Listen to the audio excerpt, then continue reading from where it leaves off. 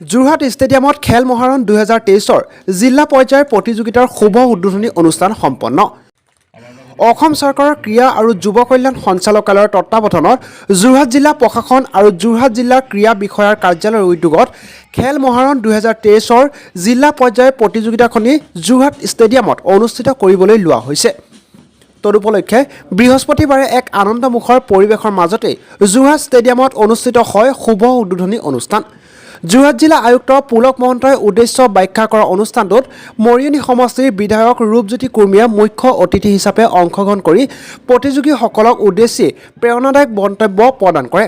বিধায়কগৰাকীয়ে অসম চৰকাৰৰ এনে পদক্ষেপৰ বাবে মুখ্যমন্ত্ৰীগৰাকীক ধন্যবাদ জনোৱাৰ লগতে যোৰহাট তিয়ক তিতাবৰ আৰু মৰিয়নিৰ প্ৰতিযোগীসকলক মাৰ্চ ফাৰ্ষ্টৰ অভিবাদনো গ্ৰহণ কৰে। উল্লেখযোগ্য যে বিহু নৃত্য, সত্ৰীয়া নৃত্য, ৰাভা নৃত্যকে ধৰি বিভিন্ন মন পৰশা সাংস্কৃতিক কাৰ্যসূচীৰে জীপাল কৰি তোলে যোৰহাট ষ্টেডিয়ামৰ সেউজ বননি।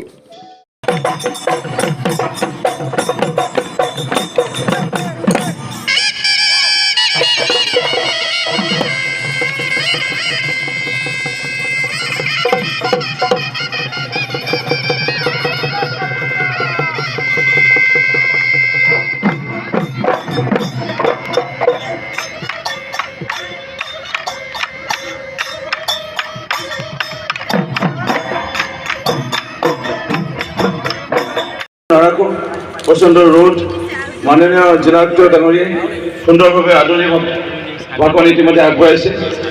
মাননীয় মুখ্যমন্ত্ৰী ডক্টৰ হিমন্ত বিশ্ব শৰ্মা ডাঙৰীয়া এই যি অভিলাষী পদক্ষেপ সকলোৱে আমি জ্ঞাত হৈছোঁ। মোৰ বয়স 45 মাহ পাৰ কৰিবলৈ লৈছোঁ। মই সৰুৰ পৰাই খেলৰ লগত জড়িত।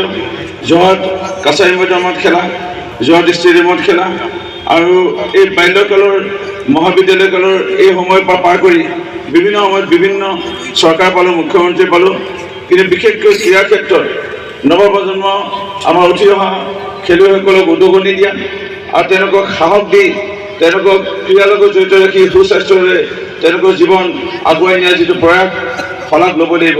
অসমৰ মাননীয় মুখ্যমন্ত্ৰী ডক্টৰ হিমন্ত বিশ্ব শৰ্মা ডাঙৰীয়াৰ বাবে এজাৱৰি হাত চাপৰি বিচাৰিছোঁ সকলোৰে পৰা।